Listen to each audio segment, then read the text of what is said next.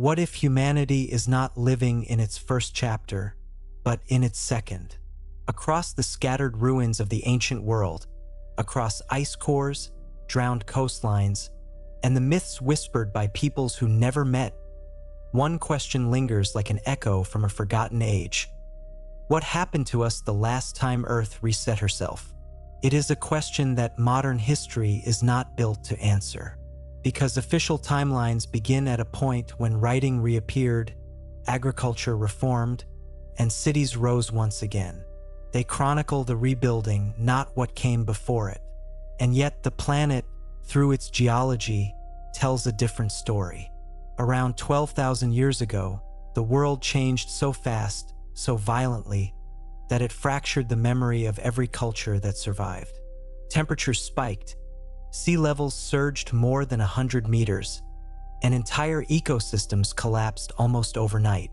The event is marked in sediments, in the soot of ancient wildfires, and in the sudden disappearance of species that had survived millions of years. But the greatest disappearance was not of animals. It was of us. Human populations shrank to a fraction of their former size. Technologies vanished. Knowledge dissolved. And when stability returned, the survivors rebuilt. Scattered, diminished, carrying only fragments of a story too old to be believed. To understand what was lost, we must first understand how efficiently our planet erases her own past. Almost every continent is a palimpsest scraped clean by time. Oceanic crust is recycled every 180 million years through subduction, vanishing into the mantle with whatever coastlines once existed. Mountains rise and collapse. Rivers carve new basins while burying older ones beneath layers of silt. Even deserts shift, swallowing entire landscapes under migrating dunes. What survives the passage of 12,000 years is not the norm but the miracle. And yet, despite Earth's relentless tendency to wipe its own surface, traces remain. Faint, scattered, and deeply unsettling. On continental shelves now drowned beneath the oceans lie stone formations whose erosion patterns suggest exposure to open air long before the seas rose. Off the coast of India, sonar scans reveal symmetrical blocks arranged along what may have once been a shoreline. Near Japan, the Yonaguni terraces descend like the steps of a vanished harbor. In the Caribbean, divers report megalithic lines that run parallel to the contours of a prehistoric coast. These sites have explanations, natural formations, misinterpretations, coincidences of geology. But they also pose a paradox. Why do so many of them resemble the architectural languages of later civilizations, yet date to a time when humans were supposedly only scattered hunter-gatherers? To assume these structures are remnants of cities would be reckless, but to dismiss them entirely would be equally careless. They are pieces of a puzzle that geology has tried very hard to bury. Above the waterline, on surviving landmasses, another set of anomalies emerges. In the timing of agriculture, the sudden rise of sky-oriented monuments, and the mysterious uniformity of symbols found in places separated by oceans. Göbekli Tepe appears full-formed around 9600 BC, with stonework that arrives too early, too organized, too astronomically aligned for a culture that should not yet have possessed the social complexity to create it.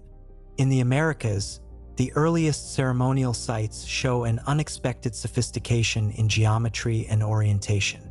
In Siberia, mammoth bone dwellings hint at a tradition far older than the societies that inherited them.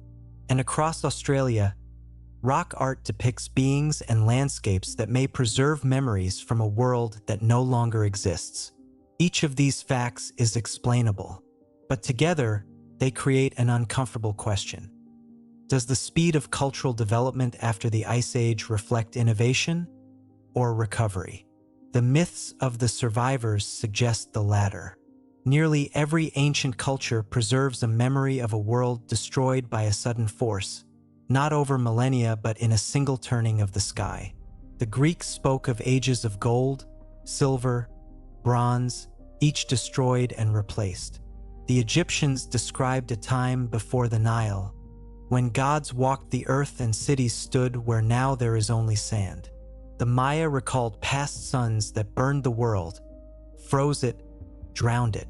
Aboriginal Australians carry stories of coastlines swallowed by the sea, events now confirmed by marine geology.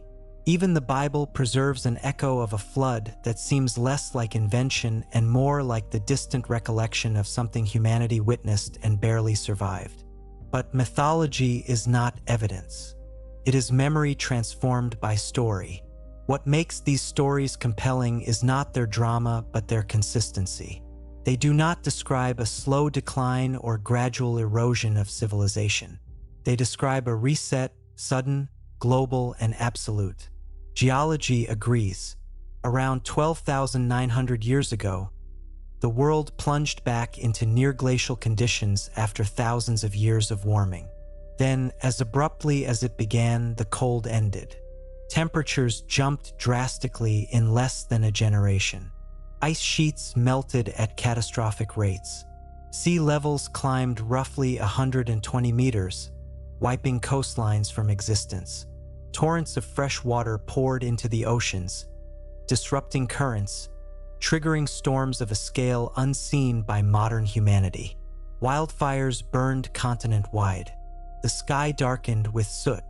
Whatever societies existed along the edges of the Ice Age world, and there must have been many, would have been annihilated. Those living inland or at high altitudes might have survived. But survival does not mean continuity. A culture capable of building, mapping, trading, or recording could not remain so after losing its coastlines, its climate, its food sources, and most of its people. Knowledge is fragile. It does not need to be destroyed. It only needs to be interrupted. And so the world that emerged after the event was not a world beginning. It was a world beginning again. The sudden appearance of agriculture, the rapid rise of megaliths, the strangely uniform myths of skyfire and global water, these were not the achievements of a species encountering civilization for the first time. They were the gestures of survivors trying to restore what little they remembered. This brings us to the most difficult question of all. Who were these people before the reset? Here, the evidence becomes faint, uncertain, and often uncomfortable. Stone tools older than anatomically modern humans blur the boundaries of who created them. DNA studies show ghost populations, lineages that contributed to humanity yet vanished without trace. The earliest bones of modern humans appear not as a slow evolution from one region, but as a mosaic scattered across continents, hinting at migrations we barely understand. Even linguistics preserves the shadows of languages older than agriculture, older than cities, older than remembered time. And yet, there is no single discovery that reveals the lost world. No ruins carved with names, no preserved cities beneath the silt. Earth does not allow such clarity. Instead, it offers clues eroded, incomplete, contradictory. A star map carved into stone at a time when the night sky was different. A quarry whose tool marks predate the culture that supposedly built it. A cave painting of animals that went extinct long before the painting was made. A burial containing materials that should not exist together in the same millennium. Each by itself is an anomaly. Together, they form a question. What were humans before the reset? And how much of that story did the catastrophe erase? Humanity survived. That much is certain. But survival is not continuity.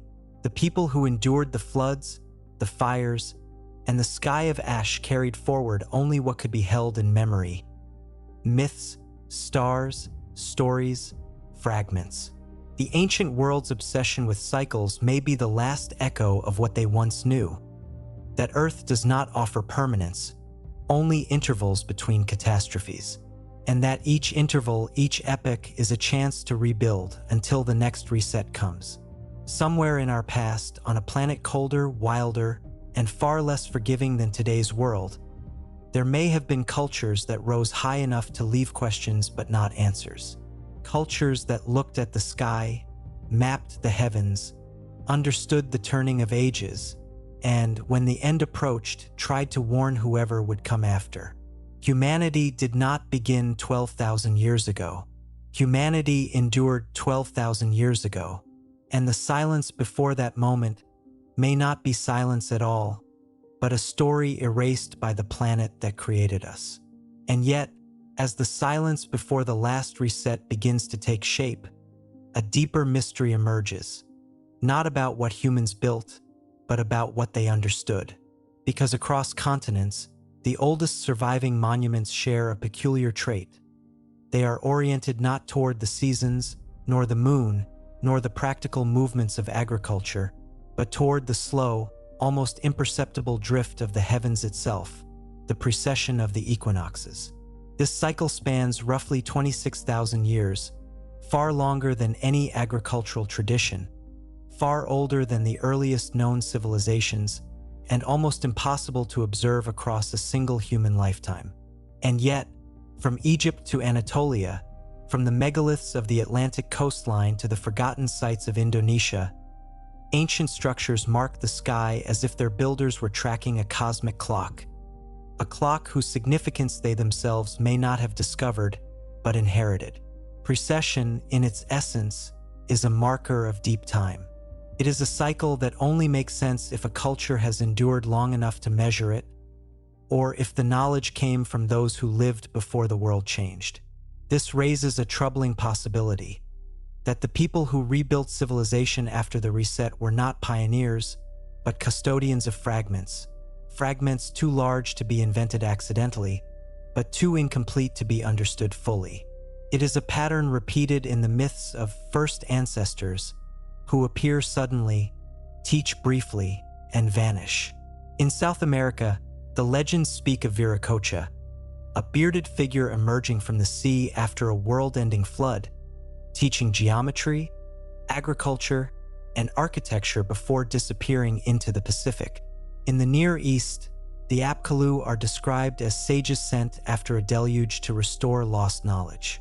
In ancient India, the Manu flood narrative includes a figure who saves not just people, but seeds, manuscripts, and astronomical formulas. Different continents, different names, yet the same role, preservers of knowledge traveling through catastrophe. Of course, no archaeology confirms the existence of such individuals. Myth transforms trauma into story, and yet the consistency suggests a shared memory, that when the world reset, someone or many tried to save what they could. If this is true, then the post-Ice Age world was not the beginning of civilization, but a reconstruction. And where reconstructions exist, remnants of the original must lie somewhere beneath the ruins of time. But here the planet intervenes again. Nearly all of the landscapes that humans would have favored during the late Ice Age, river mouths, fertile plains, gently sloping coasts, are now underwater. The continental shelves were the heart of the old world. When the seas rose, they took everything with them. Entire lifetimes of human activity, entire cultures, vanished beneath waters that rose not in centuries, but in decades. This raises the second question, one even more troubling than the first. How advanced could a coastal civilization become without leaving behind the kind of artifacts modern archaeology depends on? Stone survives, but what if stone was no longer the primary material? Wood decays in decades, clay dissolves, textiles disintegrate, metal corrodes, even early alloys break down in salt water. And if buildings stood on coasts, deltas, or islands that later sank, then the reset did not simply erase a culture. It tore the record from the continental surface and scattered it into the abyss. This is not speculation. It is the documented reality of geology. But while architecture may vanish, influence does not. Knowledge can migrate with people. Techniques, symbols, stories, and cosmologies can outlive the structures that once housed them. This is where a third pattern emerges, one that cannot be explained easily. The world's oldest traditions of measurement share a strange unity. the Sumerian sexagesimal system, the Egyptian royal cubit, the Indus Valley's astonishingly standardized weights, and even the enigmatic mathematical relationships embedded in megalithic sites across Europe, they all appear in cultures supposedly isolated by oceans and millennia. And they appear fully formed without clear developmental stages. Mathematics does not usually behave this way. It evolves gradually, generationally. But in these early cultures, it appears suddenly, as if it were inherited. Could a pre-reset world have developed mathematical traditions now scattered like dust across the early civilizations? If the survivors carried fragments of older knowledge, then yes, fragments would be exactly what we would expect to find. Not entire systems, not complete libraries, but echoes, ratios, constants, alignments, standards. Even languages preserve faint traces. Deep linguistic reconstruction reveals protoforms that stretch back far earlier than agriculture should allow, suggesting that the original speakers lived through the world's transformation and carried their speech into the chaos that followed. Still, none of this proves a prior civilization. These are hints, patterns, coincidences. They could all be explained by independent invention, migration, or shared cognitive pathways of early humans. So what does the evidence show without ambiguity? It shows that before the reset, humans had tens of thousands of years to spread, experiment, adapt, and build. It shows that the collapse around 12,000 years ago was real, global, and devastating. And it shows that when the world emerged from the catastrophe, the people who rebuilt did so with startling speed, faster than expected for a species supposedly starting from scratch. Perhaps the survivors did not remember the details of the world that came before, but they may have remembered its shape, its skies, its cycles, its warnings. One cannot help but wonder whether the earliest monuments, aligned not to the sun but to the slow turning of the heavens, were attempts to record a cycle that once destroyed them, so that future generations would know when it might return. If so, then the structures we see today, the megaliths, the star temples, the calendars carved in stone, are not monuments of beginnings but of endings, memorials to a world that fell beneath fire, ice, and water. And the last reset was not the first. It was simply the latest. But to understand what may have truly happened to humanity during that final upheaval, we must look at one more set of clues, not in myths, not in stone, but in the earth itself. Because deep beneath glacial sediments lies evidence of a past event so abrupt and so violent that it challenges not just archaeology, but the entire story we tell about human origins. And it is there, in the layers of ash, platinum anomalies, and scarred landscapes, that the truth of the last reset begins to take shape.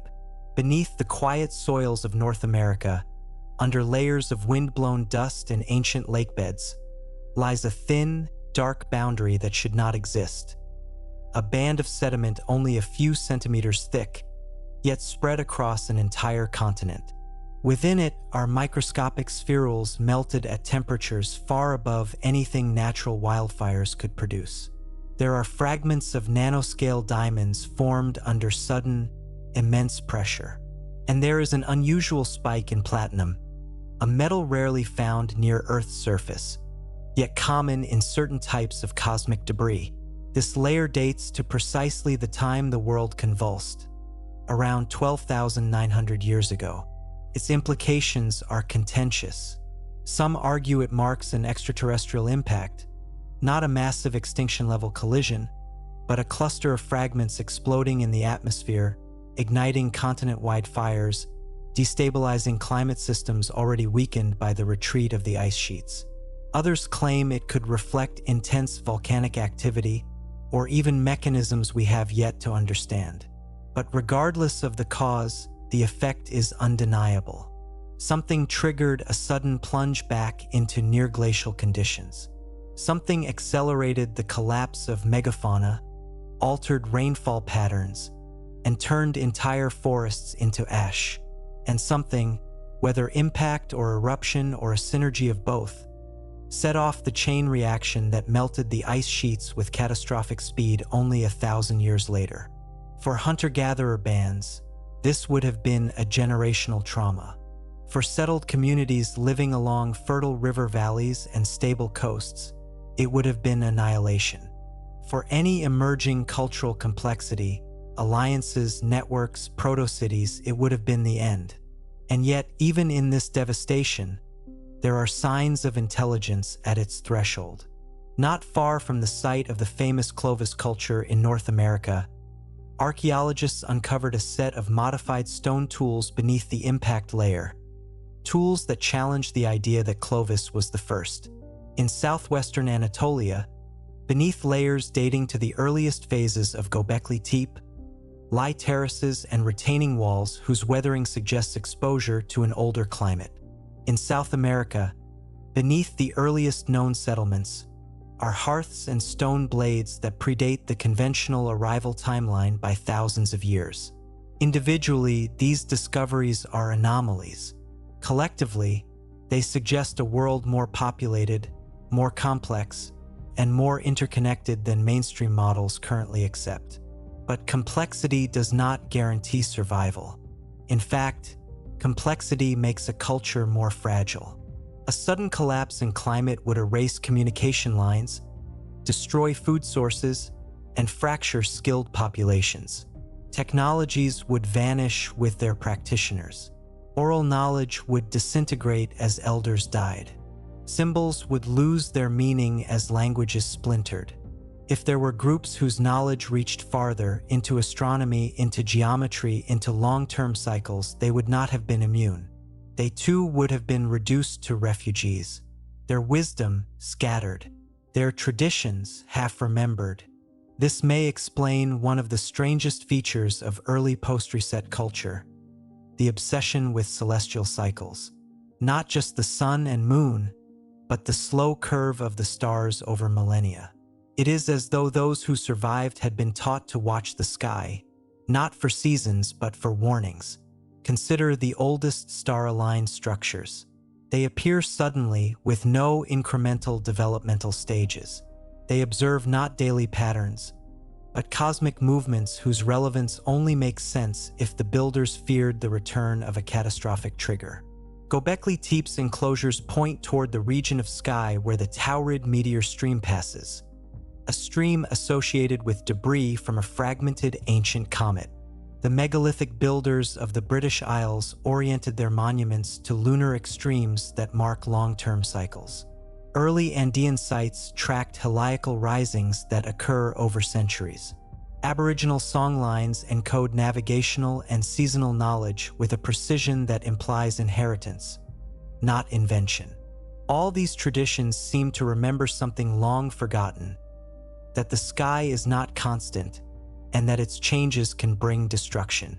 So what truly happened to humanity during the last reset? The clearest answer is that we were reduced in number, in knowledge, in complexity. But reduced does not mean erased. And the survivors did not emerge empty-handed. They carried with them fragments from a deeper past, the idea of cycles, the instinct to measure, the practice of placing memory in stone. Perhaps they did not remember the world before, but they remembered that the world had been before, that they were not the beginning, but the continuation of a story interrupted. And here lies the most profound implication. If the last reset erased a chapter of human history, it may have also obscured an earlier, almost civilization. Groups advanced not in machines or metals, but in unity, observation, and adaptation. Cultures with knowledge tuned to a different earth, colder, harsher, but stable across tens of thousands of years. We know that modern humans existed for at least 300,000 years, perhaps more. But the period we call history represents less than 3% of our time on this planet. The remaining 97% is a void filled only with scattered bones, sparse tools, and uncertain interpretations. It is entirely possible, even probable, that earlier cultures reached heights we do not recognize because their achievements were not built in stone. If their settlements were wooden, they vanished. If their writing was on skins or bark, it dissolved. If their knowledge was oral, it evaporated. If their monuments were coastal, they drowned. And everything else was erased by fire, ice, and water. The last reset was not simply a climatic event. It was a cultural amnesia, a break in human continuity so severe that it forced our species to return to its foundations and rebuild. But even in the darkness after the catastrophe, something remarkable happened. Humanity did not disperse into isolation. Converged, symbols spread, architecture flourished. Agriculture radiatait doutoir. Trade networks reformed. Knowledge reassembled itself with astonishing speed, as if the pieces were already there, waiting to be remembered. This speed is our greatest clue. Civilizations do not rise this quickly unless the seeds were planted earlier. What we call the beginning may be the flowering of a much older tree whose roots were nearly severed by the last reset, but not completely. The reset changed humanity by erasing the world it had been building and forcing it to adapt to a new, unstable planet. Yet the survivors carried with them a memory deeper than history. And now, as we examine the patterns, the alignments, the myths, the cycles, the sudden appearances, and strange consistencies, a single possibility emerges. Humanity was not born 12,000 years ago. It reawakened.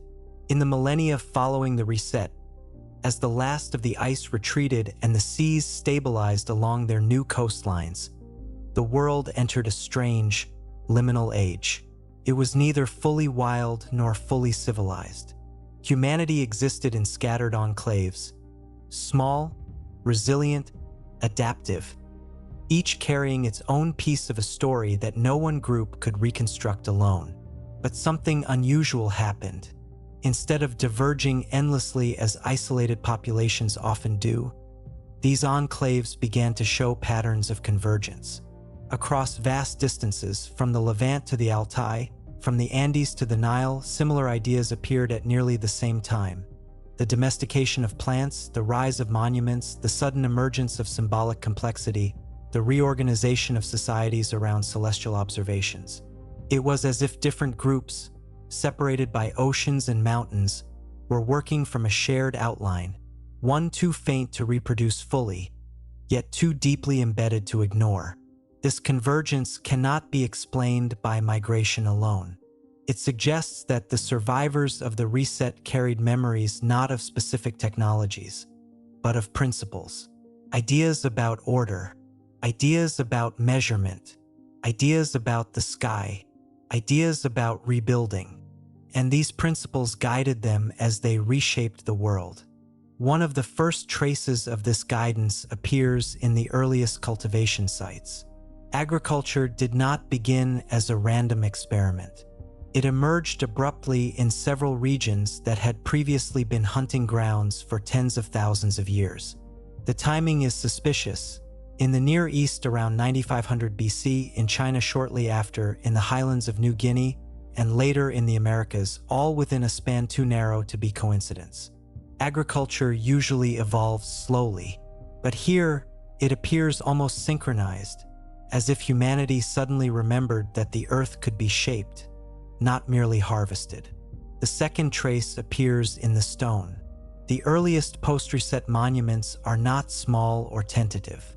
They are vast, precise, and aligned with celestial markers. Göbekli Tepe, built by hunter-gatherers who supposedly had no architecture, stands as the most startling example. Its layout suggests an inherited conceptual framework, not trial and error. It is not a village. It is not a temple in the later sense. It is a memory device, a place where knowledge too large for oral tradition could be anchored in stone. Its pillars depict animals that may represent constellations, marking events witnessed in a sky no longer visible today. Its circular arrangement echoes the cycles of the heavens. Its construction required cooperation between groups spread across large territories. Groups who, according to conventional history, should not yet have had shared identities. Göbekli Tepe is not a beginning. It is the afterimage of something older. This same afterimage appears in the first star calendars of India, in the megalithic structures of Europe, in the oldest Andean ceremonial centers.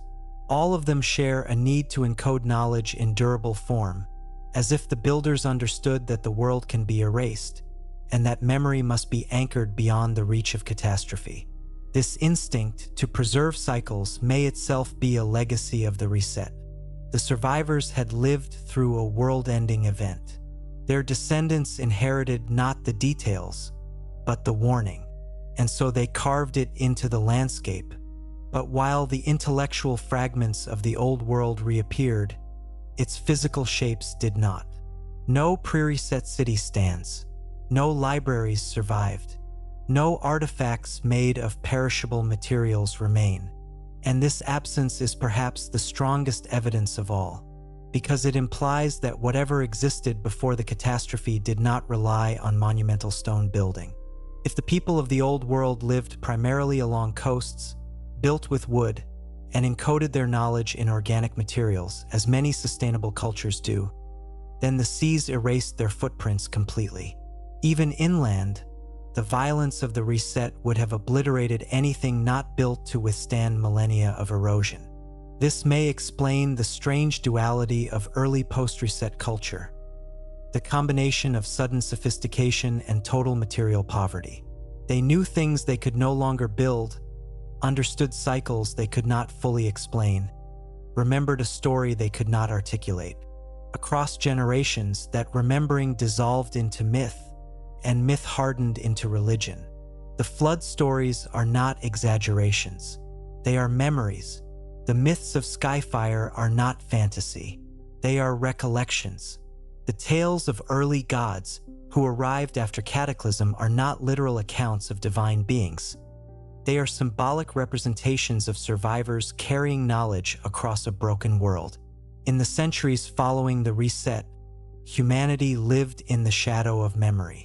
They built monuments not because they had excess resources, but because they had a desperate need to preserve what they believed mattered: the cycles of the sky, the motions of the heavens, the turning of ages. But what exactly did they think they were preserving? To answer that, we must look at the astronomical knowledge embedded in their monuments. Consider the alignments: solstice points, lunar maxima, precessional markers. These are not agricultural tools. They are long-term clocks. Their accuracy only makes sense if the builders believed that the cosmos contains repeating dangers, if they feared that the catastrophe they survived was part of a pattern. And here the greatest implication emerges: that the last reset was not an isolated accident, but part of a cycle that the survivors dimly understood.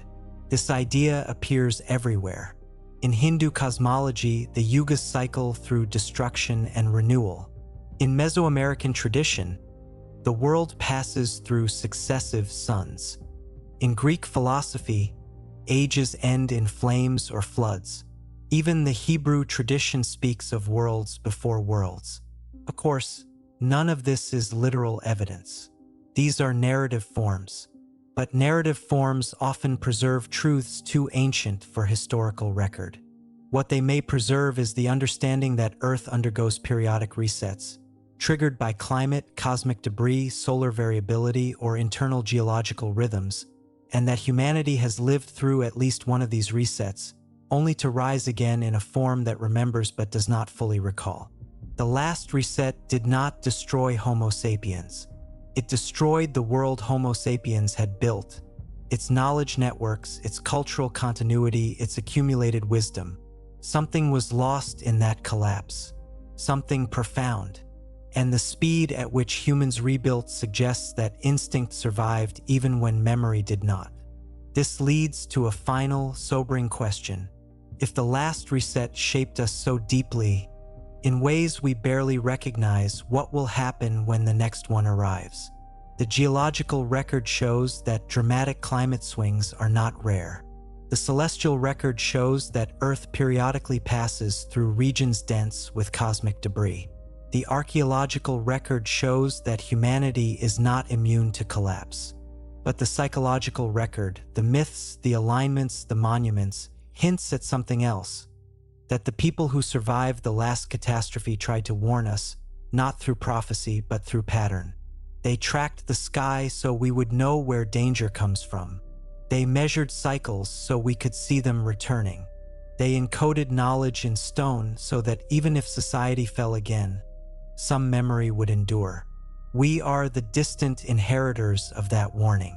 And perhaps the greatest truth about the last reset is that it was not only an ending, it was a message. A message carved into the quiet stone of forgotten places. This has happened before. It will happen again. Prepare the world you cannot see. The pressure wave moved outward, crossing valleys, rivers, and whole mountain chains with a speed impossible for the human mind to visualize. Those who witnessed it did not see fire. They saw the sudden erasure of the horizon, as if the world beyond a certain line had simply vanished. And in that moment, the memory of an age ended. What remained months later was not a wound but a scar so large it defied comprehension. A depression, a basin, a collapse of whole regions, the kind of planetary trauma that does not announce itself with a single crater, but with shifted climates, redirected rivers, and seasons that no longer behave the same way. This was not merely a catastrophe. It was a reset, a severing. For the survivors, scattered bands in upland refuges and sheltered coasts, the world they returned to was unrecognizable. Forests that had covered whole latitudes were gone. The Great Plains had drowned beneath temporary inland seas. The air itself was filled with mineral dust that dimmed the sun for a generation. And the cities, if cities is even the right word, were simply not there. Massive stone terraces emerged from ash like broken teeth. Meltwater tore through ravines, exposing cyclopean walls no later culture could explain. Avenues once aligned to solstices tilted as the very crust beneath them rose and sank. To the people who found these ruins, they were not memories. They were myths made solid. No written language survived if one had existed. No metallurgy persisted if a more advanced form had been known. What remained were the fragments that could withstand pressure, heat, and time. Quarried stone, sealed caverns, blocks arranged with precision too perfect for mere accident. One such site, buried under 20 meters of flood sediment, revealed something staggering. Clear evidence that whoever built the last pre-cataclysmic structures understood not only stone, but the landscape itself. Foundations were anchored into bedrock seams. Drainage channels were cut to redirect enormous volumes of water. And above all, everything was oriented to the path of the sun. This was not the work of a primitive people. It suggested a culture that had mastered time. But here lies the paradox. The last documented human societies capable of such organization, according to the official archaeological record, simply did not exist at the scale required before the Younger Dryas ended. The conventional story allows small tribes, modest villages, and scattered hunter-gatherers. Nothing more. Yet the stone says otherwise. If so, then the question is unavoidable. Did the last Earth reset erase a human chapter so old, so fragile, that modern civilization rose without ever knowing it had predecessors? The survivors carved stories, not histories. They encoded warnings into myths that later cultures dismissed as allegory. Tales of a sky that burned, of a water wall taller than mountains, of a darkness that lasted for years. Civilizations from Egypt to Polynesia, from the Andes to the Indus Valley, preserved the same refrain: a world before the world, destroyed by forces beyond comprehension. A memory without a context, a wound without a body. As the climate stabilized again and seas retreated, humans began to rebuild, not from zero but from fragments. They inherited landscapes shaped by hands they would never meet. They settled on foundations they did not lay. They repurposed stones whose alignments no longer matched the altered heavens. Knowledge became legend, Legend became religion, religion became myth, and myth over millennia became fiction. Yet the Earth has its own archive, written not in ink but in the language of geology. Layers of char, compressed silt, tektites, erratic boulders transported by unimaginable floods, and abrupt shifts in global temperature curves. These signatures recur every 12 to 13,000 years with unsettling regularity, like the heartbeat of a restless planet. And if the pattern holds, if humanity truly inherited a world rebuilt after a great erasure, then the last reset was not an anomaly. It was a cycle that does not care who stands at the height of knowledge, a cycle that does not distinguish between stone tools and satellites, a cycle that, according to the clock of deep time, is not finished, because the last catastrophe did not end a species. It ended an era, and the species rebuilt, unaware it was not the first. And so we are left with a final question, hanging in the space between evidence and oblivion. If humanity vanished once, erased by forces older than civilization, what truly happened to us during the last reset, and what will happen when the next one comes? But to understand what truly happened, the timeline must be rebuilt not from written records, for none survived, but from the scars left in stone, ice, and myth. Across the world, certain sites stand out like dislocated bones of an extinct skeleton. They do not belong to the cultures that now surround them. They appear older than the soil that covers them. They bear craftsmanship inconsistent with the technologies of their supposed builders, and their placement, always on fault lines, river origins, or magnetic anomalies, suggests a pattern. One site, discovered beneath a desert plateau, revealed channels carved directly into limestone bedrock. These channels descended for hundreds of meters, spiraling downward toward what appeared to be a geothermal vent. Above it stood the remnants of a massive platform constructed from blocks weighing dozens of tons. The paradox was immediate. The entire structure was oriented to a magnetic north that no longer exists. Earth's poles had shifted violently during the last reset, and the builders had calibrated their world to a geography that died with their civilization. Elsewhere, beneath a glacial shelf, radar imaging identified a buried cavern complex. At its heart lay a vaulted chamber whose ceiling had been smoothed with such precision that even modern engineers were uncertain how it could have been achieved without metal tools. Yet the layer of ice encasing the structure dated to long before the rise of Sumer, Egypt, or the Indus Valley. Again, the paradox: if these structures predate the earliest known civilizations, who built them? But perhaps the most haunting clues come not from stone, but from stories carried across continents by cultures that should have had no contact. The Hopi spoke of a previous people who lived underground to survive a world-ending fire. The Maori told of a sun that fell into the sea, causing the land to drown. The Egyptians recorded a time when the sky itself turned over, scattering stars like embers. And the ancient Indian texts described cycles in which humanity is destroyed and reborn after great ruptures in the earth. Different languages, different continents, the same pattern, the same fear. These were not stories of metaphor. They were memories of the reset. And when these memories are aligned with geological signatures, the black mat layers, the sudden cooling events, the meltwater pulses, the megafaunal extinctions, a picture emerges of a catastrophe that did not simply harm humanity, but rearranged its entire evolutionary trajectory. Humanity did not slowly ascend from primitive tribes. It recovered. But if humans were nearly wiped out, what precisely caused that near erasure? Climate alone cannot explain the suddenness. Volcanism alone cannot explain the global synchrony. Comet impact theories explain some aspects, but not all. The evidence points toward a convergence, a stacking of disasters that turned a stable world into a crucible.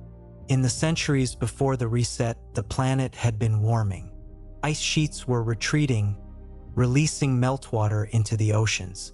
Sea levels rose, flooding ancient coastlines, where most early settlements likely existed. Populations would have migrated inland, compressing into fewer fertile regions. Then, a destabilizing trigger, perhaps an impact, perhaps a colossal solar event, perhaps a sudden disruption of ocean currents, pushed a fragile climate past its threshold. Glaciers collapsed. Megafloods carved new continents in days. Sea levels surged. Ash filled the sky. Temperatures plunged. In this chaos, no infrastructure, no city, no knowledge system could survive intact. Cultures fractured, scattered, regressed. Technology was abandoned not because it was forgotten, but because the conditions needed to maintain it no longer existed. Imagine trying to preserve engineering, astronomy, architecture, medicine in a world where shelter, heat, and food became the only priorities. A civilization can fall without a trace in a single generation. And so it did. The last humans who remembered the world before the reset died carrying that memory with them. The survivors' children inherited the ruins but not the meanings behind them. Over thousands of years, the purpose of the old structures faded. Only the awe remained. This is why early post-cataclysmic societies treated ancient stonework as sacred.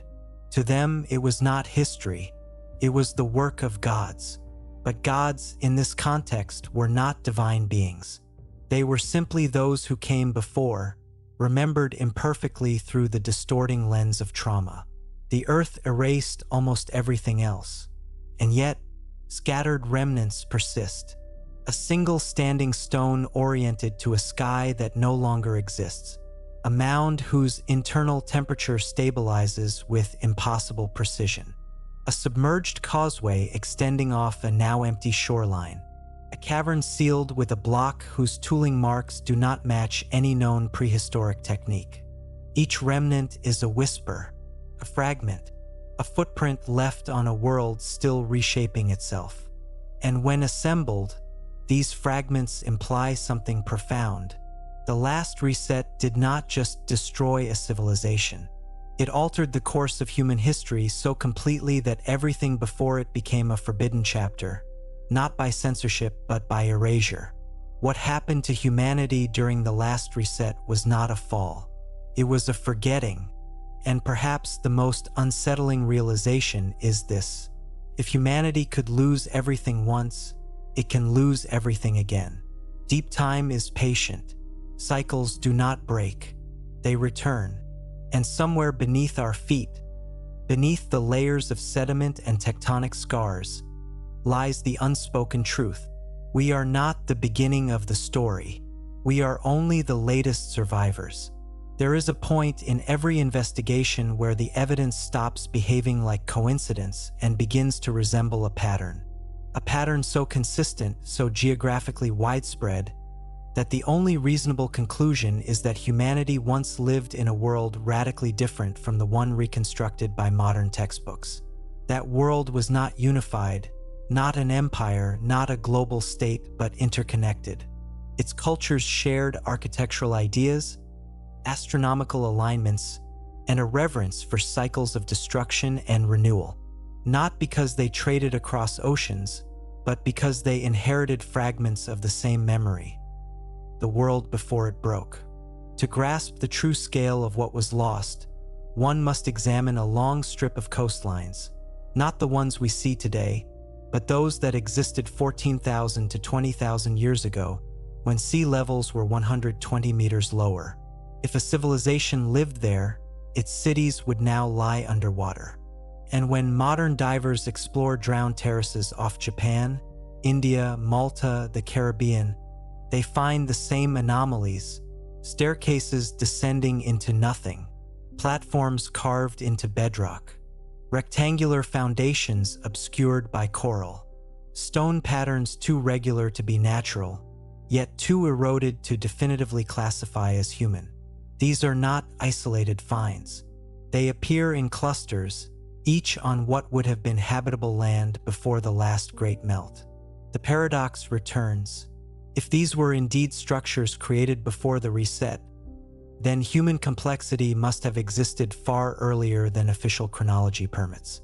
But if they are natural formations, coincidences carved by waves and tides, why do they mirror the dimensions, proportions, and orientations found later in known megalithic cultures? This tension between what is known and what is suspected is the beating heart of the mystery. But the greatest enigma lies not underwater, nor in deserts, nor beneath ice sheets.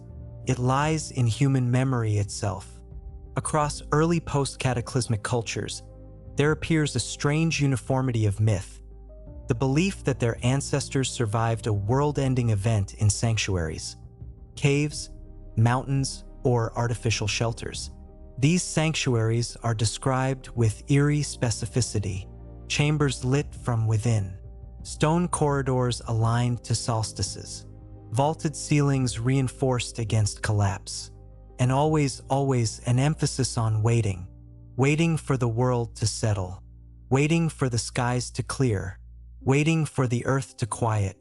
Such stories do not emerge from imagination alone. They emerge from trauma repeated across continents. Take the Andean legends of those who hid deep within the mountains during the era of the cold darkness, or the Aboriginal stories of ancestors who retreated to caverns while the sky rained burning fragments, or the Siberian accounts of shelters carved into cliffs where the few survivors endured the long night of ice. Different people, different languages, the same architecture of survival. This suggests that during the last reset, humanity did not vanish instantly. It receded, forced into refuges that preserved life but not knowledge. Imagine an advanced culture suddenly stripped of its environment. No crops can grow. Herd animalsti. Rivers shift. The sun disappears behind atmospheric dust. Seasons cease to follow any pattern. In such a world, the very concept of civilization becomes impossible to sustain. People do not forget because they are ignorant. They forget because the world no longer allows memory to function. Technology that requires metal becomes useless when our sources are buried by landslides. Navigation that relies on stars collapses when atmospheric ash hides the sky for decades. Architecture that depends on stability fails when megafloods carve whole continents anew. Knowledge degrades faster than stone. Understanding degrades faster than tools. Language degrades fastest of all. All that survives are symbols, carved into surfaces meant to outlast the chaos.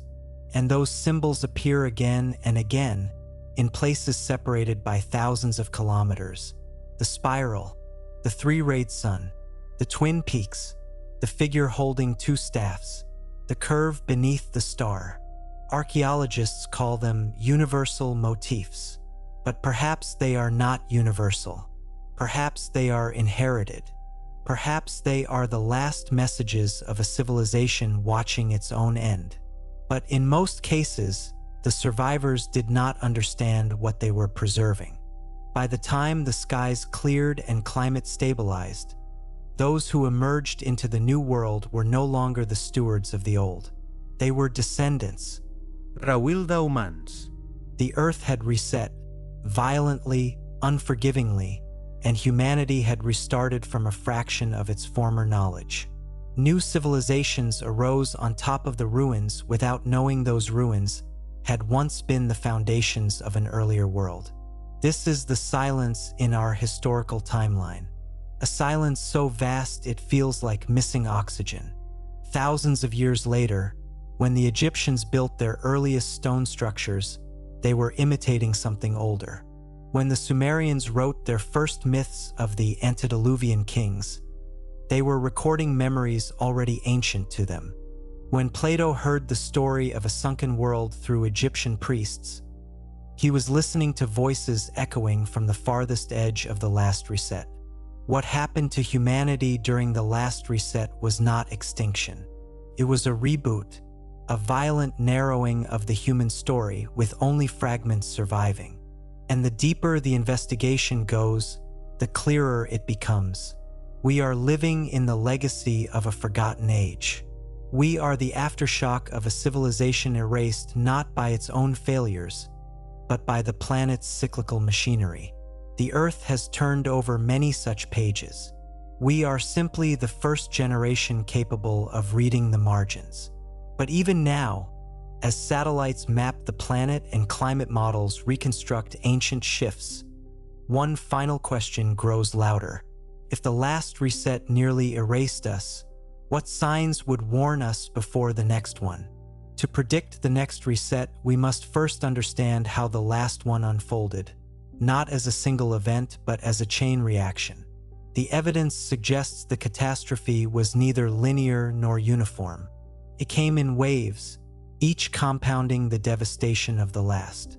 The first wave was environmental. A gradual warming destabilized the great ice sheets that had covered vast portions of the northern hemisphere. Meltwater coursed beneath glaciers, lubricating their base and eroding their anchoring points. Enormous masses of ice began to fracture internally, not over millennia but over decades. This should have been a warning, a prelude, but the second wave arrived too quickly. Something triggered a rapid plunge in global temperature, perhaps an injection of atmospheric dust, perhaps the disruption of ocean currents, perhaps a cosmic impact too fragmented to leave a single identifiable crater. Whatever the mechanism, the effect was catastrophic. Temperatures collapsed. Storm systems roared into existence. Arctic winds descended into temperate zones, freezing entire regions within days. And in this sudden cold, the megafauna died, but so too did most humans. Those already weakened by environmental stressors could not endure another blow. The third wave was the most destructive, an inevitable consequence of the first two. Water. When massive ice sheets fractured, they released meltwater in volumes modern civilization cannot imagine. Inland oceans burst their glacial dams. Whole river systems reversed direction. Floods swept across continents, stripping soil, uprooting forests, and burying valleys beneath meters of silt. Imagine a world where every coastline is redrawn in a generation. Imagine watching the horizon, the land itself, move. That was the world humans faced during the last reset. The fourth wave was atmospheric. Volcanic activity surged as the redistribution of mass across the crust altered pressure patterns. Ash clouds blanketed the sun. Temperature swings became violent. Rainfall turned acidic. Ecosystems collapsed. And within a few centuries, or perhaps mere decades, the world resembled something no human society had ever navigated. But throughout this sequence, one question remains. Why did so few traces of the previous civilization survive? The answer lies in geology. No matter how advanced a culture was, Earth's processes are merciless archivists. They preserve stone and little else. Coastlines where early humans might have flourished, gone drowned beneath hundreds of meters of ocean. River plains where agriculture might have thrived, buried beneath layers of sediment. Mountain valleys where settlements stood, eroded, destabilized, or glaciated. Lowlands where cities might have existed, subducted into the mantle by tectonic drift. This is the mechanism of forgetting. Not conspiracy, not myth-making, physics. Humanity survived the last reset not because it was resilient, but because it was mobile. Small groups found refuge in highlands, caves, islands untouched by glacial collapse. These pockets became the ancestral homelands of all post-cataclysmic cultures. Yet the memory of the world before the reset lived on, dimly distorted in stories. And those stories carry one detail that scholars often overlook. They describe not just destruction, but warning, a brightening in the sky, a trembling of the ground, a sudden shift in seasons. animals fleeing long before humans sensed danger, a silence in the forests, a stillness in the water, a sun described as angry, imperfect, wounded, or flickering. These motifs appear across Sumer, the Andes, the Pacific, Northern Europe, and ancient China. They suggest that the last reset was preceded by signs observed, remembered, and passed down in rituals whose original purpose has long been lost. Could the ancient world have sensed the coming catastrophe? Could the builders of the pre-cataclysmic structures have tried to leave messages encoded in stone, in alignments, angles, and astronomical markers, meant for whoever came after? If so, then every megalithic site is not just a monument. It is a memory tool, a warning device, a calendar tracking cycles older than civilization. Perhaps the greatest tragedy of the last reset was not that humanity nearly vanished. It's that humanity forgot what it once knew, forgot the cycles, forgot the astronomy, forgot the patterns in the sky that indicate when the planet enters periods of instability. And now, with our technology, our satellites, our models and machines, we are rediscovering piece by piece truths our ancestors tried to preserve through myth, truths about solar cycles, about magnetic field weakening, about sudden climate disruptions, about the fragility of global systems. In this sense, the ancient world is not just a memory of what came before. It is a mirror held up to our present, because the earth has not changed its rhythm. Only humanity has forgotten how to hear it. The last reset reshaped our species. It turned the descendants of survivors into the architects of a new world, a world built on amnesia. And if we truly wish to understand what happened then, we must confront the possibility that we are living on borrowed time, repeating a pattern we no longer recognize. The reconstruction of human society after the last reset was not uniform. Some regions recovered faster than others. Some pockets preserved fragments of knowledge, while others regressed into subsistence survival. In the Fertile Crescent, small groups of survivors gradually began cultivating wild grains once again. The lessons of pre-cataclysmic agriculture, though largely forgotten, were encoded in oral traditions and trial-and-error practices. These communities slowly coalesced into proto-villages. Over generations, they expanded into the first recognizable post-reset towns. Meanwhile, in Europe, populations were sparser. The climate oscillated unpredictably, making long-term settlement risky. Here, the survivors relied heavily on hunting and gathering. Yet even in these harsh conditions, fragments of memory appeared. Certain stone circles, dolmens, and megalithic alignments suggest that survivors attempted to recreate structures whose purposes were now obscure, guided by instinct, not comprehension. In the Americas, evidence is even more tantalizing. Sites such as Monte Verde in southern Chile reveal human occupation shortly after the reset, well before the rise of known civilizations like the Olmec. Tools and dwellings appear fully formed, sophisticated for people supposedly emerging from scattered post-cataclysmic refuges. These populations may have carried fragments of memory, reconstructing their society with astonishing speed. Across these disparate regions, the same pattern emerges: rapid recovery, sudden sophistication, and the inexplicable appearance of shared symbolic motifs. Spirals, stars, serpents, and duality appear in myths, carvings, and architecture from Sumer to the Andes. The recurrence of these symbols implies inherited knowledge rather than independent invention. Yet the puzzle deepens. Why did the survivors focus so intensely on celestial observation? One compelling explanation is that they remembered the warning, even if the mechanism was no longer fully understood. The reset had been global.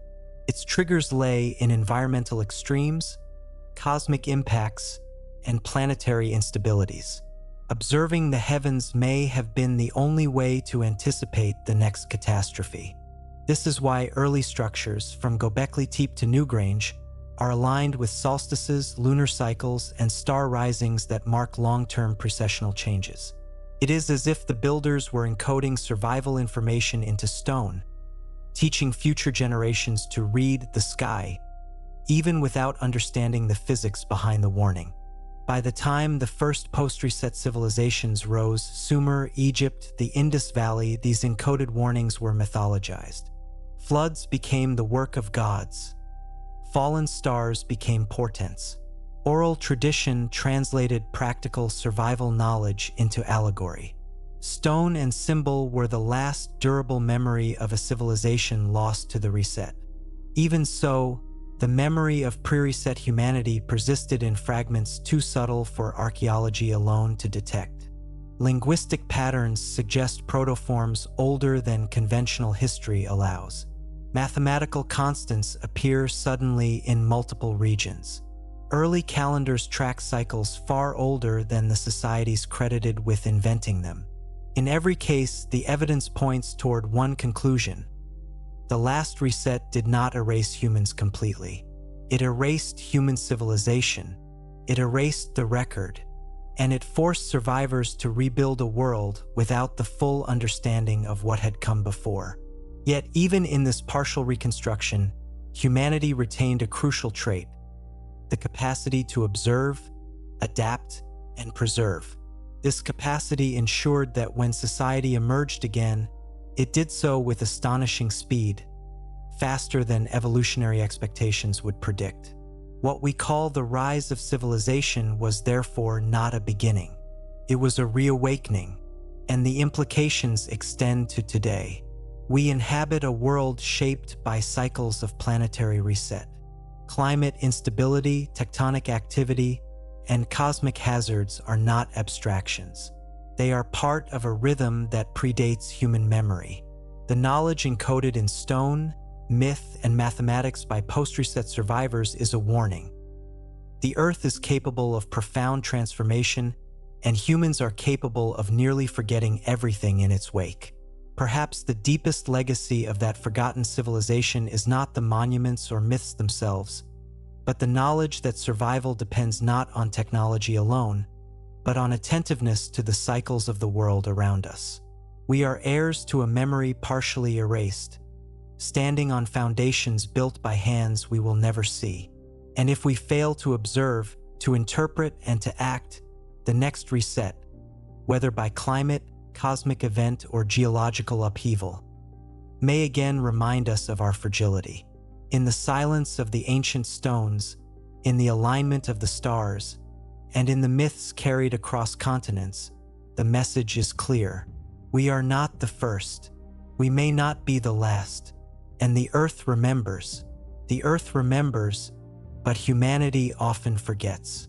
We measure time in decades and centuries, while the planet operates on cycles of tens of thousands of years. Glaciers rise and fall, oceans surge and recede, and continents drift across the globe, silently erasing traces of entire civilizations in the process. The last reset was not an isolated disaster. It was part of a rhythm far older than the first written records, far older than the monuments we still marvel at today. The civilizations that followed were, in a sense, inheritors of a legacy they could not fully comprehend.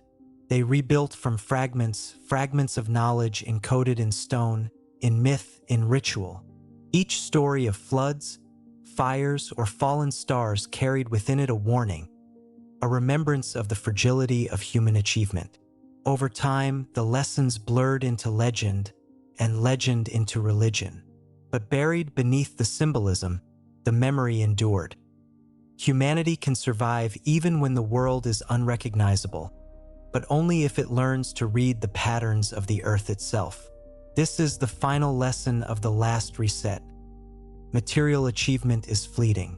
Cities crumble, monuments sink beneath the seas, written words fade, and even tools corrode.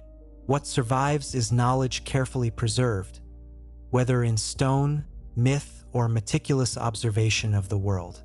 That preservation is what allowed post-reset humanity to rise, to rebuild civilizations far more advanced than those that existed immediately afterward.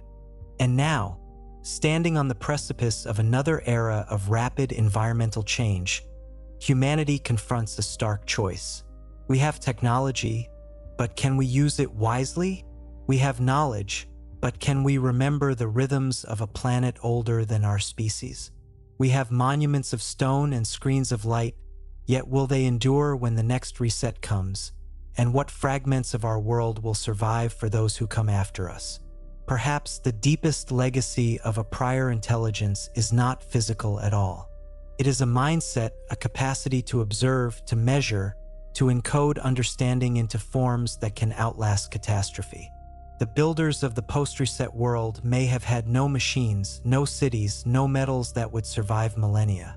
Yet they left a framework, a method by which humanity could rise again. If we listen to the stones, to the myths, to the alignments of the stars, perhaps we can glimpse the cycles of deep time and prepare ourselves, not only to survive, but to understand our place within a pattern far larger than any single lifetime. And so, the story of humanity during the last reset is not just about what we lost. It is about resilience, memory, and the possibility that even in the aftermath of erasure, civilization can be reborn. The forgotten civilizations, the buried knowledge, the drowned cities, all are reminders that our present is built upon a history almost entirely lost to time. We are not the first to rise. We may not be the last to fall. But in remembering, observing, and learning from the earth itself, we carry the responsibility to ensure that what is rebuilt endures longer than memory alone can preserve. Perhaps that is the quiet message left for us by the last reset. Survival is not just a matter of existence, but of remembering, recording, and observing, so that the next cycle, whenever it comes, will find a humanity capable of understanding both its fragility and its legacy. Even now, traces of pre-reset memory pulse faintly through human culture.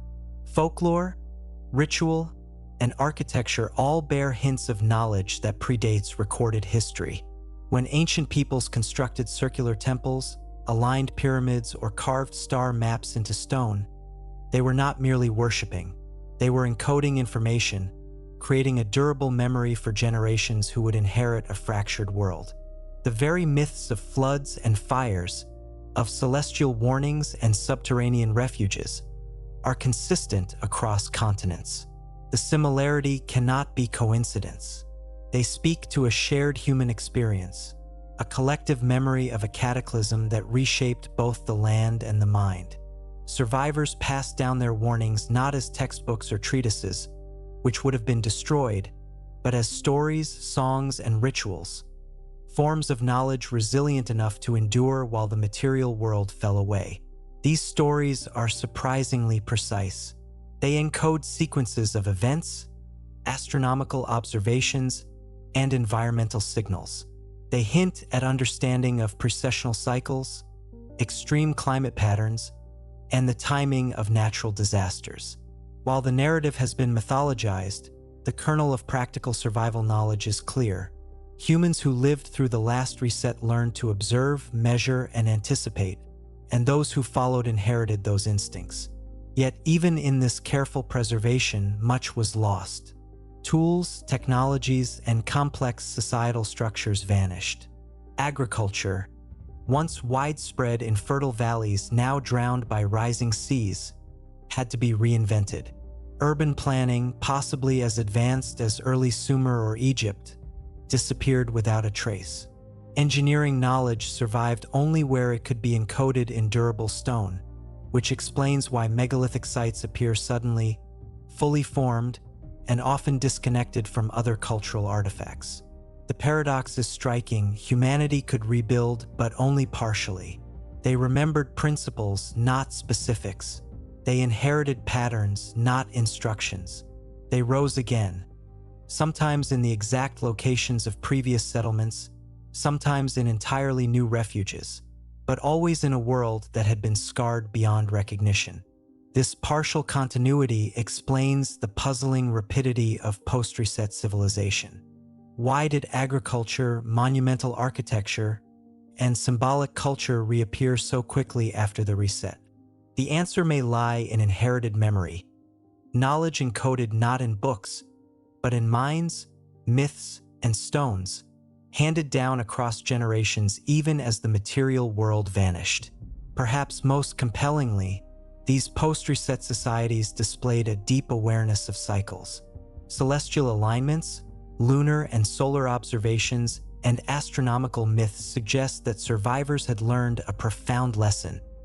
The Earth is cyclical, and catastrophe is inevitable if patterns are ignored. This awareness is not theoretical. It is practical. It allowed humanity to survive and adapt in a world that could change drastically within a generation. And yet, despite this survival, there is a tension at the heart of the human story. Knowledge of the past exists only as fragments. We can see the monuments, read the myths, and analyze geological layers, but the civilization that existed before the reset is almost entirely lost. Every new discovery hints at sophistication we are only beginning to recognize, while reminding us of how thoroughly the planet erases its history. This is the legacy of the last reset. A world partially remembered, partially reconstructed, and partially forgotten. A world that shaped the humans we are today, even if we cannot fully see its contours. It was not merely a collapse of society. It was a near erasure of civilization itself, leaving survivors to start anew with only fragments of what had come before. In understanding this, we glimpse not just the past, but the pattern of our own existence. Humanity is resilient, capable of rebuilding even when everything is lost. Yet we are fragile, vulnerable to forces far older and more powerful than our civilizations. The last reset teaches that survival depends on more than technology or organization. It depends on memory, observation, and an intimate knowledge of the cycles that govern the planet. Every stone aligned to the sun, every myth of a sunken city, every hidden refuge carries the silent warning of that time. Humanity did not vanish, but it came close. And those who survived carried a lesson we have only begun to decipher. The Earth will reset again, and when it does, memory, not technology, may determine who endures. As survivors spread across the world, they began to adapt not only to altered landscapes, but to a fundamentally changed climate. Coastal plains that had once nurtured thriving settlements were gone, replaced by estuaries, marshes, or submerged entirely. River courses had shifted. Valleys had deepened or been filled by glacial debris.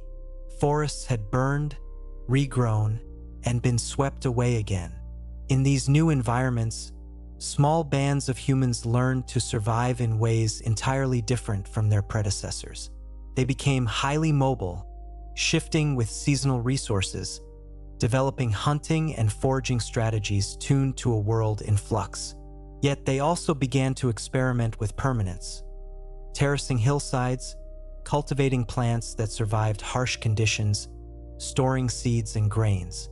These were the earliest forms of agriculture after the reset, arising not from trial and error alone, but from fragments of inherited memory.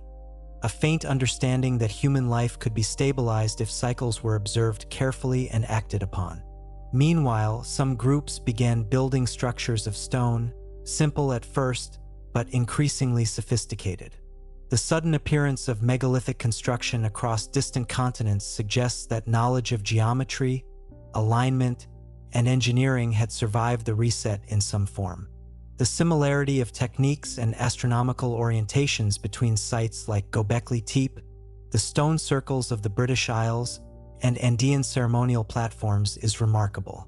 It implies a shared understanding of the Earth's rhythms and the sky's cycles, knowledge handed down across generations even without writing or formal instruction. Symbolism became a tool for survival. Spirals, circles, dualities, and depictions of animals were not merely decorative. They encoded practical knowledge. They marked seasonal changes, recorded celestial events, and preserved lessons about environmental hazards. Oral traditions reinforced these symbols, transforming practical warnings into stories that could survive decades of instability. In many regions, survivors deliberately sought high ground, mountains, plateaus, and caves, mirroring the refuges described in myths around the world. These were places where humans could observe the sky, track seasonal shifts, and protect themselves from flooding, fires, or extreme winds. In some cases, these sites later became sacred locations, their original purpose obscured by generations of reinterpretation. And yet, despite these efforts, many of the planet's scars remained. Inland seas, massive glacial lakes, and areas devastated by floods became uninhabitable for centuries. Submerged coastlines erased the earliest settlements, and tectonic activity reshaped entire regions. Humanity rebuilt, but always on a landscape that had been fundamentally altered. The paradox is clear. The survivors were both fragile and resilient. They could not preserve the full complexity of the civilizations lost to the reset, yet they retained enough knowledge and instinct to rebuild faster than would be expected under normal evolutionary pressures. They invented, rediscovered, and improvised, all while carrying faint echoes of a world that no longer existed. This partial continuity explains another curious phenomenon: why early post-reset civilizations seem simultaneously primitive and sophisticated. Agriculture, megalithic construction, and symbolic systems appeared quickly, but other technologies, metallurgy, large-scale infrastructure, and complex writing were absent or delayed. Survivors rebuilt the structures and concepts they remembered, while losing the finer details that had once allowed societies to flourish fully. In essence, humanity was reconstructing civilization without its blueprint. They remembered the goals, but not the instructions. They inherited principles of measurement, observation, and survival without the detailed knowledge that had supported pre-reset complexity. Even so, they succeeded. Within a few centuries, humans had repopulated fertile valleys, established trade networks, and constructed the first recognizable settlements that would evolve into cities. Each of these settlements bore traces of pre-reset knowledge, visible in architecture, ritual, and the careful observation of natural and celestial cycles. And these remnants were not random. They were deliberate. The alignment of structures with solstices, equinoxes, and precessional cycles indicates a conscious effort to encode and preserve knowledge beyond immediate utility, a recognition that survival depended not just on food and shelter, but on understanding the broader rhythms of the world. Across continents, the same principle appears. In the Andes, in the Nile Valley, in the Tigris-Euphrates region, in Europe, and in Asia, early post-reset humans encoded their knowledge in stone, symbol, and story. These fragments, though incomplete, provided the foundation for civilizations to rise again. In short, humanity survived the last reset not because it retained everything, but because it retained the capacity to remember, to observe, and to encode knowledge in ways that could endure the next catastrophe. The evidence of recurring planetary resets is encoded in both geology and myth, and the pattern is striking. Sedimentary layers, ice cores, and fossil records reveal abrupt climate shifts approximately every 12,000 to 13,000 years. These shifts are not minor fluctuations. They involve sudden glacial melting, sea level rise, megafloods, and extreme weather events that would have devastated human populations. Consider the Younger Dryas event roughly 12,900 years ago, which corresponds closely with the time frame of the last reset. Ice cores from Greenland reveal sudden temperature swings of 10 to 15 degrees Celsius within mere decades. At the same time, layers of meltwater sediment appear in North America, Europe, and Asia, marking catastrophic flooding. Marine deposits indicate massive displacement of ocean water, likely triggered by glacial collapse. What is remarkable is the synchronicity. Events recorded on separate continents in different environmental contexts appear to have occurred almost simultaneously. This suggests a planetary scale phenomenon, something beyond regional climate variability. Survivors of such events, scattered across the globe, would have experienced a shared trauma, encoded in the collective memory as floods, fires, storms, and celestial disturbances. The mythological record aligns with this geophysical evidence. Nearly every ancient culture carries stories of a great deluge, sudden darkness, skyfire, or celestial upheaval. From the Epic of Gilgamesh to the Popol Vuh, from Vedic texts in India to Hopi oral tradition, the motifs are consistent. A civilization-ending event, a warning in the heavens, and the survival of a small group in refuges or underground shelters. These are not simple coincidences or universal archetypes. They are the echo of real events that shaped the human species itself. The alignment between geological data and myth suggests that the survivors of the last reset retained knowledge of cyclical catastrophe. They may not have understood the mechanics, but they knew patterns repeated across millennia, and they encoded their warnings in ways that could outlast physical destruction. Stone, ritual, and oral tradition became the tools of memory. Modern archaeology and climatology confirm that human settlement patterns reflect these lessons. Post-reset communities favor elevated ground, fertile but protected valleys, and areas less prone to flooding. Many of the earliest surviving structures are deliberately aligned with astronomical markers, suggesting that observing the heavens was central to survival. Star patterns, solstices, and lunar cycles were not merely symbolic. They were practical tools, an inherited framework for anticipating the rhythms of disaster. And yet, even with these precautions, the last reset imposed irreversible losses. Entire regions of human habitation, particularly coastal plains, disappeared beneath rising seas. Entire technologies were lost. Metallurgy, permanent architecture, irrigation networks, and sophisticated trade systems vanished with the cataclysm. Human culture survived, but it had to be reconstructed from fragments. The gap between what existed before and after the reset explains the sudden emergence of seemingly sophisticated practices that appear out of place in the archaeological record. This reconstruction was not uniform. Some societies retained more memory, others less. Where memory was stronger, symbolic systems and architectural knowledge flourished. Where it was weaker, humans reverted to simpler subsistence strategies. Across continents, we see this uneven pattern repeated.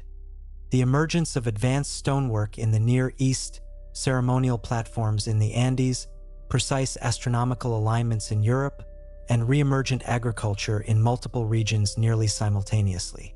All of this points to a striking conclusion.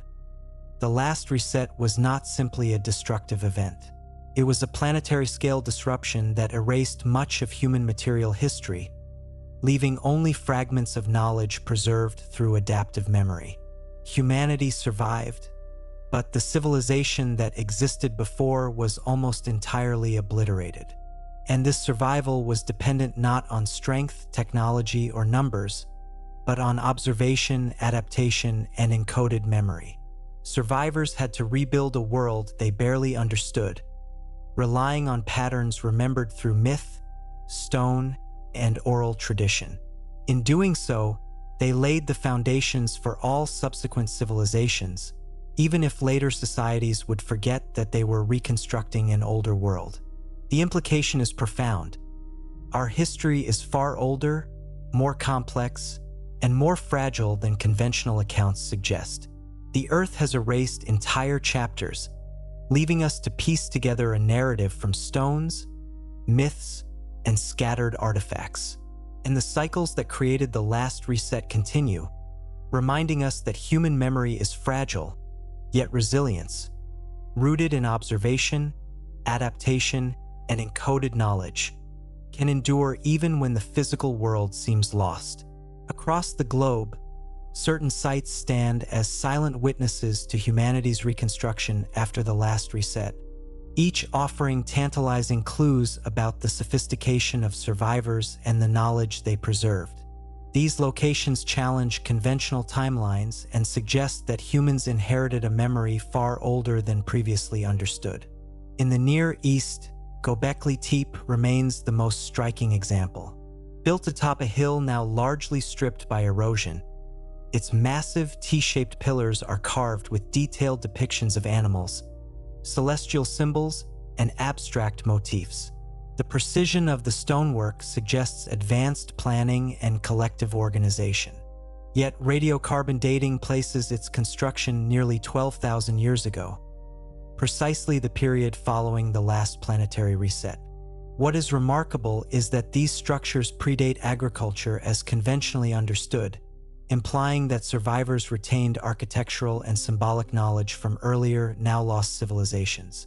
Thousands of kilometers away, in the Andes, terraces and ceremonial platforms carved into steep mountainsides reveal a similar story. Here, ancient humans manipulated the landscape to cultivate food and manage water, engineering systems capable of withstanding extreme rainfall and frost. Some of the larger terraces align with solstices and star risings, suggesting astronomical observation was crucial for agricultural planning. These structures, like Göbekli Tepe, show not primitive improvisation, but deliberate, knowledgeable design, as if the builders remembered techniques from a civilization erased by catastrophe. In Europe, sites like Newgrange in Ireland provide additional evidence. The massive circular tomb, precisely aligned with the winter solstice sunrise, required moving and placing stones weighing multiple tons with extreme accuracy. Its construction, predating Stonehenge by centuries, hints at inherited knowledge of engineering and celestial cycles. These alignments were not merely ceremonial. They encoded information about seasonal changes and long-term temporal patterns essential for survival in a post-reset world. Submerged sites add yet another layer of mystery.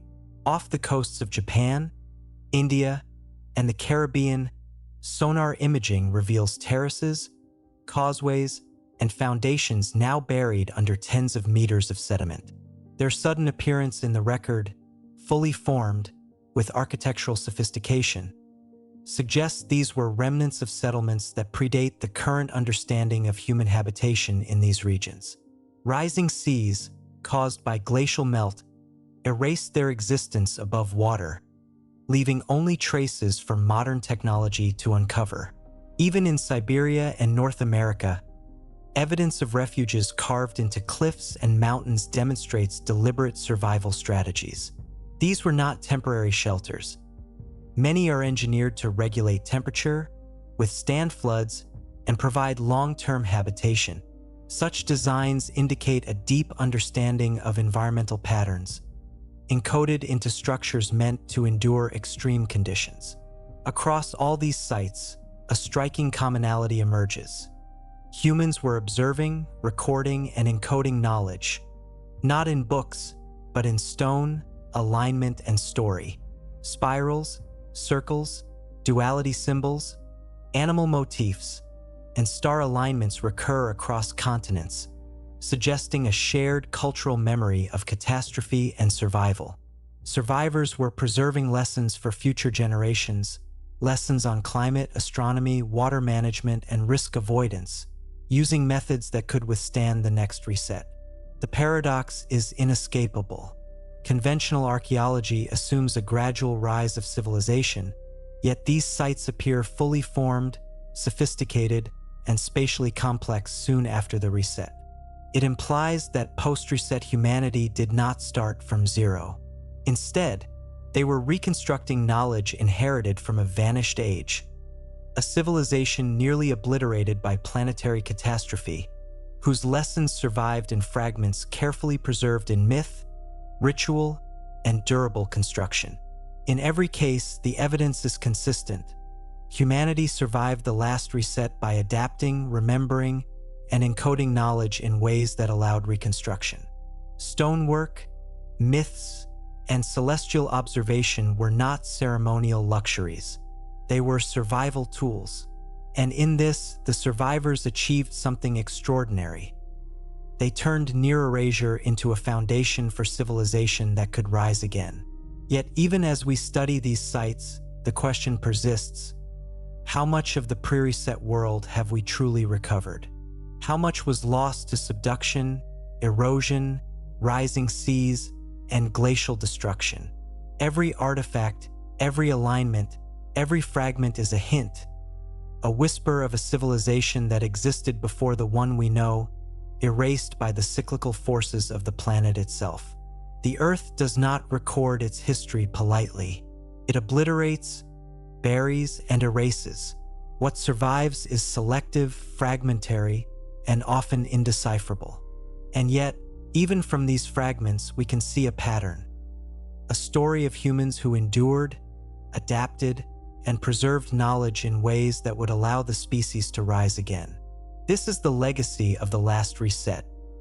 A civilization almost lost, whose survivors built anew from memory, encoded knowledge and observation, leaving echoes that persist even millennia later. The survivors' understanding of the world was not abstract. It was intensely practical. The myths they passed down were often mnemonic devices, carefully structured to encode survival strategies. A story of a flood was not merely a tale of divine wrath.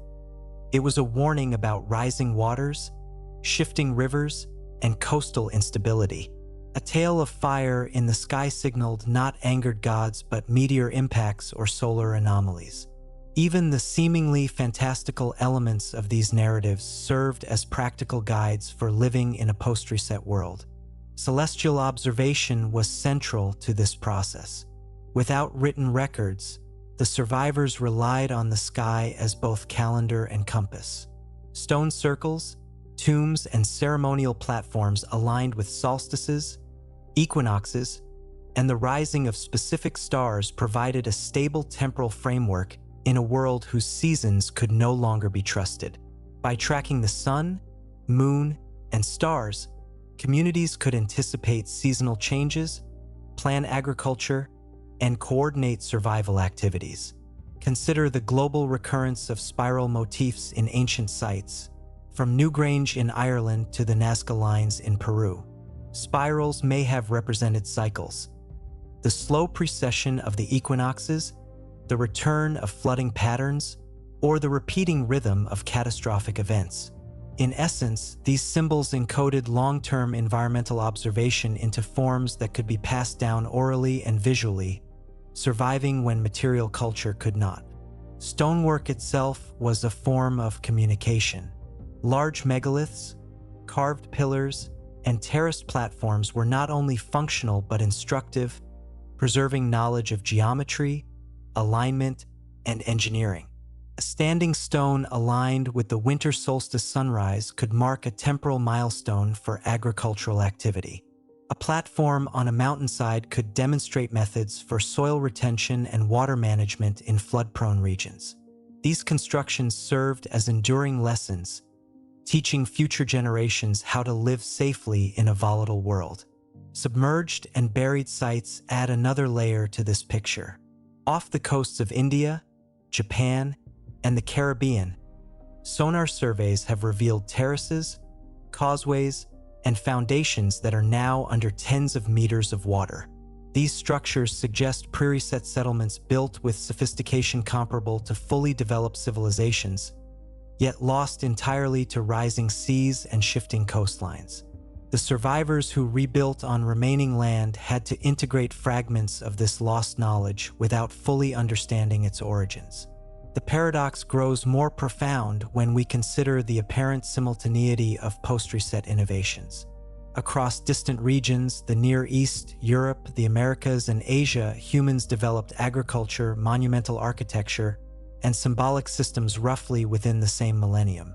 Conventional explanations attribute this to independent invention, yet the precision, shared motifs, and alignment with astronomical cycles suggest a deeper continuity. Knowledge inherited, partially remembered, and reconstructed from a civilization nearly obliterated. In every case, survival depended on observation, adaptation, and encoded memory. Humans did not merely endure. They built systems, cultural, architectural, and symbolic, that allowed them to interpret their environment, anticipate hazards, and rebuild complex societies. The evidence points to a striking conclusion. The last reset did not destroy humanity completely, but it erased civilization itself. Humans were left with fragments of knowledge, memories encoded in stone and myth, and an instinctual understanding of environmental cycles. From these fragments, post-reset societies reconstructed civilization, sometimes faster, sometimes more resilient than conventional models would predict. And yet, despite all this resilience, humanity never regained what was fully lost. The civilizations that preceded the reset, possibly global in reach, with advanced engineering, agriculture, and astronomical knowledge, were effectively wiped from the material record. All we have are echoes, ruins, symbols, myths, and cycles of nature that still bear the imprint of events our ancestors endured and survived. These echoes are warnings as much as they are relics. They remind us that the Earth's cycles continue, that the forces which erased civilization once can act again. Observing them, interpreting them, and encoding that knowledge for future generations is not merely a scholarly pursuit. It is a survival imperative. The story of the last reset, therefore, is not just a tale of destruction. It is a lesson in resilience, memory, and adaptation. It is the story of humanity rising from erasure, rebuilding from fragments, and preserving knowledge in ways subtle yet profound. As the scattered evidence converges, a startling pattern emerges. The last reset was not merely an environmental catastrophe. It was a planetary event that reshaped human civilization and memory itself. The survivors did not inherit a blank slate. They inherited fragments of knowledge, encoded in myths, monuments, and symbols that allowed them to reconstruct society rapidly, but always with gaps, always with distortion. The paradox is striking. Post-reset humans were capable of remarkable feats, monumental construction, precise astronomical observation, early agriculture. Yet they lacked continuity in technologies such as metallurgy, complex writing, and urban infrastructure. This discontinuity suggests that the civilization which existed before the reset was far more advanced than previously imagined, yet almost entirely erased. Its lessons survived only in abstracted forms. Across continents, the same anomalies appear.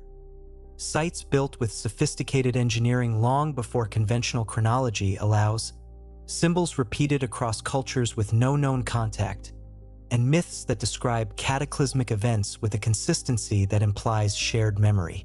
These anomalies point to a forgotten chapter in human history, one that predates recorded civilization by millennia and challenges our assumptions about the linear progression of human development. The geological record reinforces this interpretation. Layers of sediment, glacial deposits, and abrupt shifts in flora and fauna all coincide with periods of sudden upheaval roughly every 12,000 years. Evidence from ice cores, ocean sediments, and stratified landscapes shows that Earth has repeatedly undergone near-catastrophic changes, each capable of erasing established civilizations. Humanity's repeated survival is not evidence of luck. It is evidence of adaptive memory, encoded in myth, architecture, and observation. Symbols, monuments, and stories were more than cultural artifacts. They were survival tools. Standing stones, solstice-aligned temples, and spiral carvings were methods of recording information in ways that could endure extreme upheaval. Oral traditions ensured that practical knowledge, where to find refuge, how to read the sky, how to interpret environmental warning signs, survived even when cities and technologies did not. In this light, every surviving megalith, every flood myth, every astronomical alignment becomes a fragment of a larger, encoded narrative. These remnants hint at a civilization that was global in scope, technologically sophisticated, and aware of planetary cycles. Yet destroyed, leaving only whispers for future generations to interpret. Post-reset societies reconstructed civilization using these fragments. Their achievements were remarkable, yet deliberately constrained by the lessons inherited from catastrophe. Agriculture was rebuilt where soil permitted. Architecture followed principles encoded in memory and myth.